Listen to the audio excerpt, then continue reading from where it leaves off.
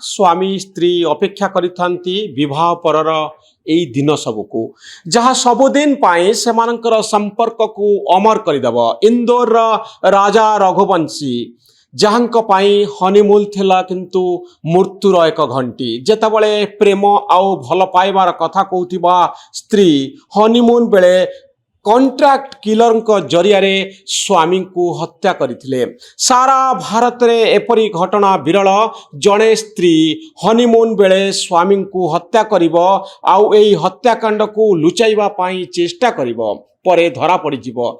एभली घटना कम घटिची देशर इतिहास रे।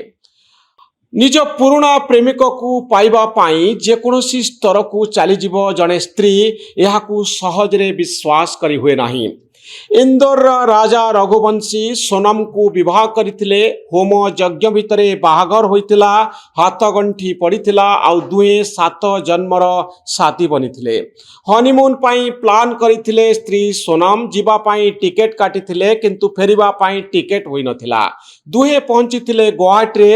सेठू गले मेघालय। राजा जानी नथिले स्त्री सोनम एमिति एक षडयंत्रर जाल बिछाइचंती। सेमाने जेते बाट आगकू बढ़ुथिले सेही सबु जागार लोकेशन सबु सोनम निजर प्रेमिकंक पाखकू पठेई देउथिले। एही दंपति मेघालयर होमस्टे रे रहिले। दर्शनीय स्थान सबु बुलिले। पछरे फॉलो करुथिबा सुपारी किलर माने राजा को हत्या कले। निज प्रेमिक को पाइबा तृष्णा शेषरे स्वामी को हत्या करिबा पाई बाध्य कला। प्रेमिक निशारे पागल सोनम हत्यार ब्लूप्रिंट सबू प्रस्तुत कर सारी। स्वामी को हत्या करिबा पाई 20 लाख टंका सुपारी देवा पाई प्रतिश्रुति मध्य देइथिले। हत्या करि सारिबा परे शव को फोपाड़ी देई सोनम निखोज हो जाइथिले। घटनार किछि दिन परे सोनमकर आविर्भाव हैला एक ढाबा निकटरे उत्तर प्रदेश रे।